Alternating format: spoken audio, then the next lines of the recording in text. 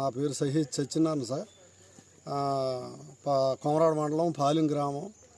10 ఎకరాల పామాయిలు, అందులో కర్బూజా వేసాం సార్. నానా కష్టపడి మా శ్రమ అంతా దాంట్లో పోసి చంటి పిల్లలు పెంచినట్టు పామాయిలు పెంచాం.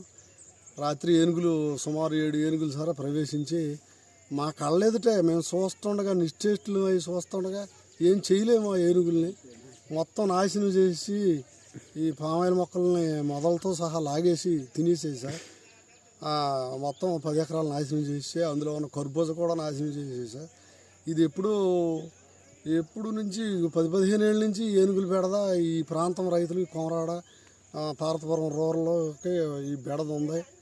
వీటికి అప్పుడు విజయరామరాజు గారి నుంచి, పాముల పుష్ప శ్రీవాణి గారి ఎమ్మెల్యే గారి నుంచి, ఇప్పుడు ఈ కూటమి ప్రభుత్వం కాడి నుంచి వీటికి శాశ్వత పరిష్కారం కనుక్కోలేకపోతున్నారు. రైతులు సర్వనాశనం అయిపోతున్నారు. మేము సంటి పిల్లలు పోషించినట్టు పోషించామండి.